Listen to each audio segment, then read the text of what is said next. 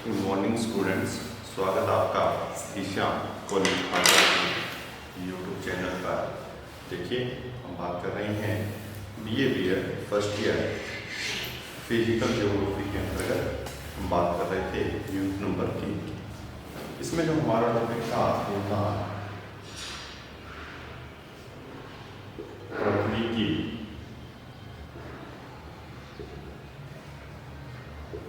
आंतरिक संरचना।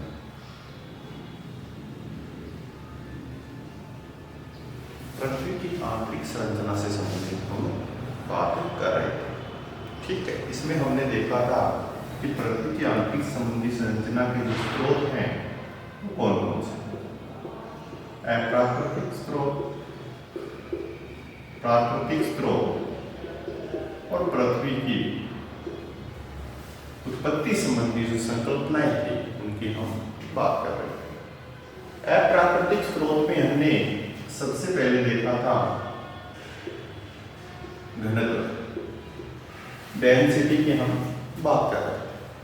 घनत्व से हमें स्पष्ट हुआ कि पृथ्वी के ऊपरी भाग की बात करेंगे, ऊपरी क्षेत्र की, ऊपरी क्षेत्र में या तो 3 या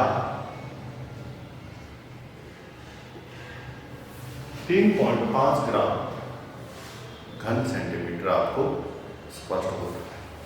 मध्यवर्ती क्षेत्र में हमने देखा, मध्यवर्ती क्षेत्र में 5.5 ग्राम घन सेंटीमीटर स्पष्ट हो रहा है। जो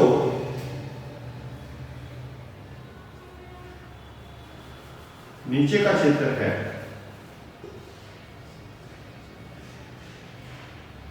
या हम बात कर सकते हैं गहराई की, वो कितना मिल रहा था? 11 ग्राम प्रति घन सेंटीमीटर। ये घनत्व हमें स्पष्ट हुआ। तो देखिए, पृथ्वी का जो औसत घनत्व माना गया वो कितना माना गया, ये चीज हमने थोड़ी सी डिस्कस की थी। अलग अलग तत्वों से हमें अलग अलग घनत्व प्राप्त हुआ था, लेकिन सैटेलाइट के माध्यम से हम क्या ज्ञात किया गया हमने, तो 1950 की बात है। उस समय हमने ये चेक किया था कि उपग्रह के माध्यम से पृथ्वी का जो औसत घनत्व है वो कितना है? 5.517 ग्राम घन सेंटीमीटर। ये हमें औसत घनत्व स्पष्ट हुआ था, पृथ्वी का औसत घनत्व। ये हमने घनत्व की बात की। ठीक, अब देखिए दूसरी बात करेंगे दबाव।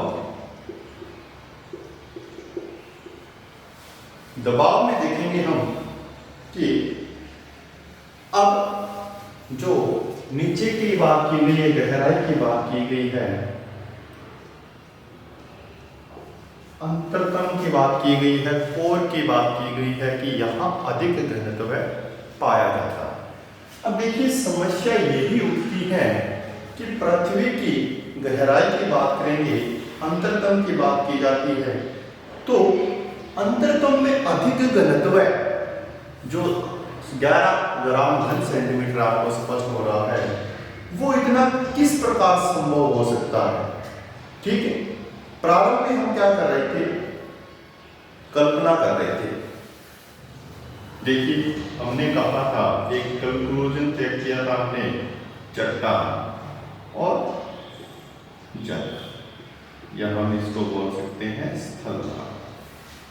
अब देखिए, चट्टानों का संगठन होता है, कोई भी पार्टिकल्स होते हैं आपस में इस प्रकार से जुड़े रहते हैं, इकट्ठे रहते हैं, तो मतलब आपस में उनकी क्या है? एकता है, दबाव है उनका आपस में, कोई दूसरा पदार्थ उसको अलग नहीं कर सकता। ये उसका क्या है? दबाव, या हम कह सकते हैं ये बिल्कुल संगठित है। तो वहां पर जो संगठन स्पष्ट हो रहा है चट्टानों में, तो चट्टानों में संगठन के कारण क्या है? जो घनत्व है वो क्या है? अधिक है। ये हम नॉर्मल कंसेप्ट ज्ञात कर रहे हैं ताकि हमें अच्छी तरीके से समझ में आए। साइंटिफिक रूप से हम बात नहीं कर रहे, नॉर्मल। और जल की बात करी जाए तो जल में जो अणु होते हैं, पदार्थ होती हैं, वो क्या होती हैं? बिखरे हुए होते हैं।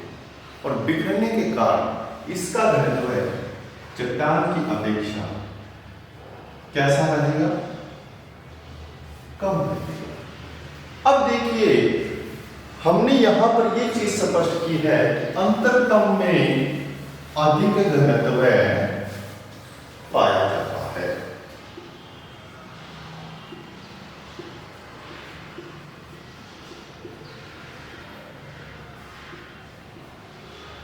स्पष्ट हो रहा है यहां? अंतरतम में कैसा घनत्व है? अधिक घनत्व है। तो अब देखिए, पृथ्वी की गहराई की बात की जाएगी, ये अंतरतम की बात की जा रही है, आंतरिक क्षेत्र, ठीक है, पृथ्वी के केंद्र की बात की जाए। अब यहां ये हो क्या हो गया? आपका सतह हो गया जहां हम निवास करते हैं, ये क्या हो गया? केंद्र। अब सतह से केंद्र की ओर जाएंगे तो जो चट्टानें हैं, उन चट्टानों का क्या होता है? भार व दबाव दोनों पड़ता है। चट्टानों का भार व दबाव बढ़ता है या नहीं बढ़ता? सतह से केंद्र की ओर चट्टानों का भार व दबाव बढ़ेगा, बिल्कुल बढ़ेगा। और अधिक घनत्व, जो अधिक घनत्व अंतरतम में, मतलब यहां पर जो अधिक घनत्व स्पष्ट हो रहा है, वो किसके कारण हो रहा है? बढ़ते हुए भार या दबाव के कारण, बढ़ते हुए भार या दबाव के कारण इस प्रकार से क्या हो रहा है? कंप्रेस्ड हो रहा है। ये जो दबाव लगता है, इसके कारण ये क्या है? बिल्कुल संकुचित हो जाता है, दबाव बढ़ता है, तो क्या हो जाता है? आंतरिक भाग का घनत्व भी क्या हो जाएगा? अधिक हो जाएगा। ये चीज हमें स्पष्ट हो, क्योंकि बढ़ते दबाव के साथ क्या होता है? चट्टानों का घनत्व भी बढ़ता है। इस कारण पृथ्वी के अंतरतम में और भी क्या पाया गया है? अधिक घनत्व पाया गया। ठीक है। अब देखिए, पृथ्वी के अंतरतम का अत्यधिक घनत्व वहां पर स्थित दबाव के कारण है, परंतु क्या हुआ? जो आधुनिक प्रयोग किए गए उनमें यह प्रमाणित किया गया कि प्रत्येक सेल में एक सीमा होती है और उस सीमा से आगे क्या होता है? घनत्व प्रभावित नहीं होता है। ये एक आधुनिक संकल्पना सामने है। क्या सामने आई? देखिए, अंतरतम की बात कर रहे हैं, ये सतह है। अब ये आधुनिक प्रमाण ये स्पष्ट हुआ कि प्रत्येक चट्टान के बीच में एक ऐसी सीमा होती है। ये देखिए, ये एक अलग चट्टान है और ये अलग चट्टान, दो चट्टानें हैं अलग अलग, और इनमें एक सीमा पाई जाती है, जैसे मैंने ये ड्रॉ किया। अब देखिए, आधुनिक प्रमाणों से स्पष्ट हुआ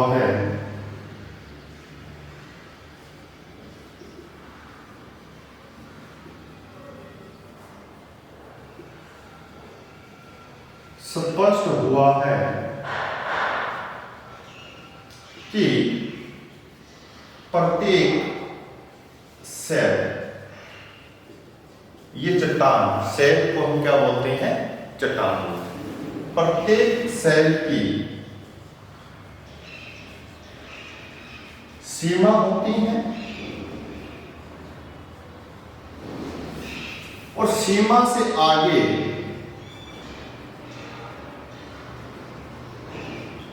अधिक घनत्व स्पष्ट नहीं होता है। ये तथ्य नवीनतम प्रयोगों के द्वारा स्पष्ट हुआ है। कि प्रत्येक सेल में एक ऐसी सीमा होती है जिसके आगे उसका घनत्व है, सीमा से आगे एक ऐसी सीमा होती है जिस सीमा से आगे अधिक घनत्व स्पष्ट नहीं होता है। तो फिर ये घनत्व क्यों बढ़ा? ठीक है, ये उसका दबाव चाहे कितना ही अधिक क्यों न कर दिया जाए, घनत्व आगे नहीं बढ़ेगा।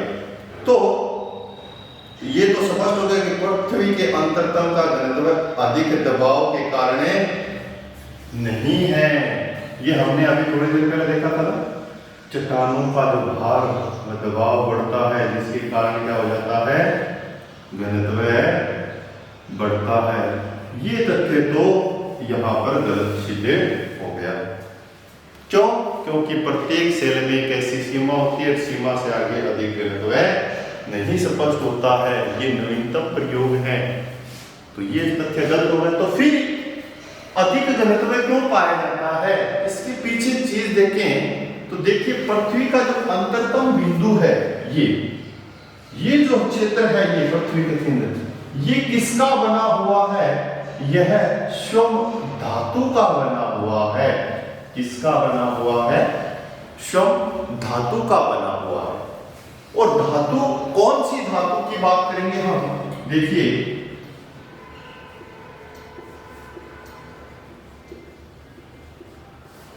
दो धातुएं लिखी है मैंने। पहली धातु लिखी है मैंने निकल, दूसरी लिखी है लोहा।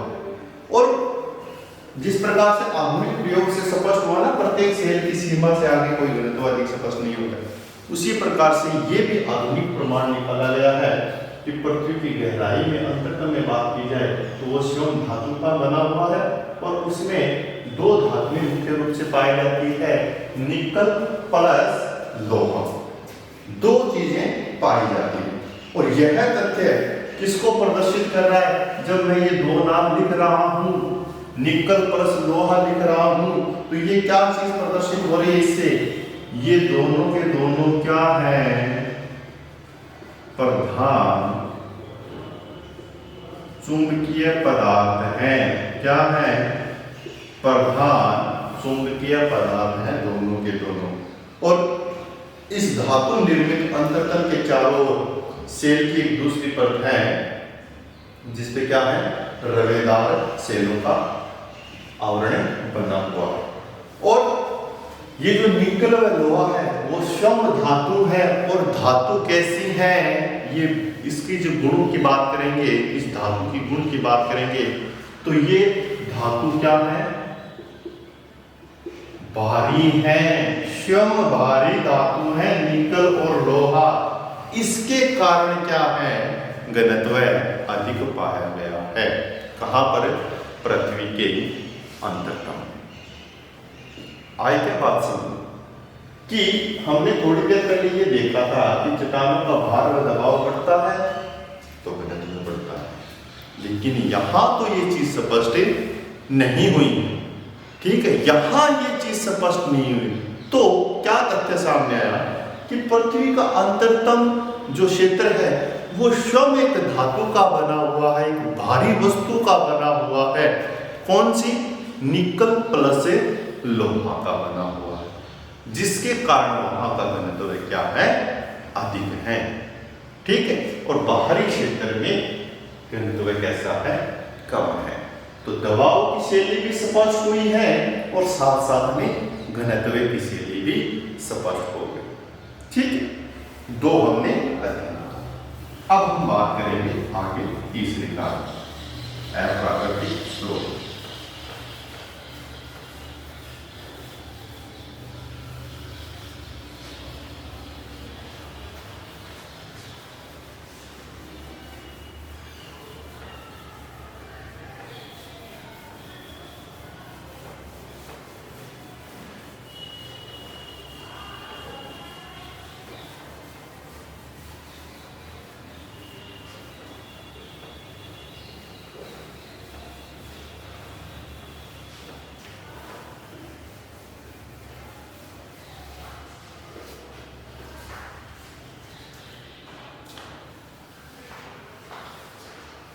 तीसरा जो कारक है हमारा वो है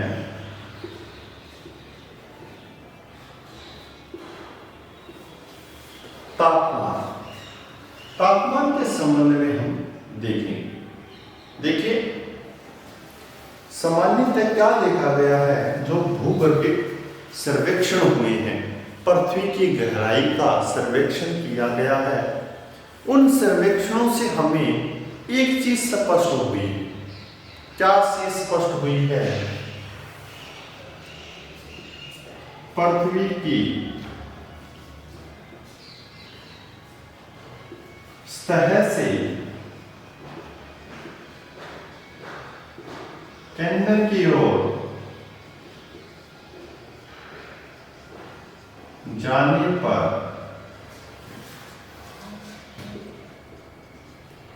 तापमान में वृद्धि होती है। ये भूगर्भिक सर्वेक्षण किए गए हैं, उनके दौरान हमें ये चीज स्पष्ट हुई है कि पृथ्वी की सतह से हम केंद्र की ओर जाएंगे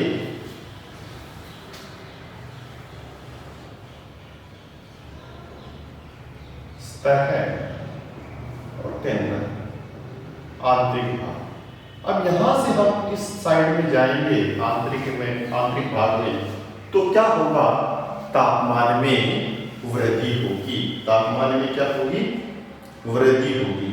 ये वृद्धि स्पष्ट हुई है। अब देखिए, इस वृद्धि की बात करेंगे तो तापमान में वृद्धि होती है। वृद्धि होते होते क्या है? पृथ्वी के आंतरिक भाग की जो अवस्थाएं हैं वो कैसी स्पष्ट होनी चाहिए? जब तापमान में ग्रोथ हो रही है, नीचे की ओर तापमान बढ़ता हुआ स्पष्ट हो रहा है, तो पृथ्वी की आंतरिक भाग की अवस्था पिघली हुई स्पष्ट होनी चाहिए। परंतु वास्तव में ऐसी चीजें नहीं है। ये वास्तव में ये तथ्य स्पष्ट नहीं होता। तापमान लगातार बढ़ेगा तो चट्टानें क्या पिघलने की अवस्था में स्पष्ट होंगी, लेकिन वास्तविक रूप से ये चीजें स्पष्ट नहीं हो रही है। क्यों नहीं हो रही है? देखिए, पहली बात करें कि अधिक गहराई के साथ बढ़ते दबाव के कारण क्या है? चट्टानें पिघलने का तापमान है, बिंदु है, वो क्या हो जाता है? ऊंचा हो जाता है। और हम बात करेंगे कि जो तापमान वृद्धि हो रही है, ये एक समान दर से वृद्धि नहीं होती है। एक समान दर से वृद्धि नहीं होती है। एक सामान्य वृद्धि दर हम यहां पर देखें कि पृथ्वी की गहराई में जाने पर सामान्यतया कितना तापमान बढ़ता, ये चीज देखें। देखिए, 32 मीटर की गहराई में जाने पर 1 डिग्री टेम्परेचर क्या हो जाता है? प्लस हो जाता है। मतलब 32 मीटर की गहराई में जाएंगे, 1 डिग्री सेल्सियस तापमान क्या हो जाएगा? बढ़ जाएगा। लेकिन हम जब फीट की बात करते हैं, 64 फीट, कितने फीट की बात कर रहे हैं? 64 फीट की गहराई में जाएंगे तो तापमान में क्या वृद्धि होगी?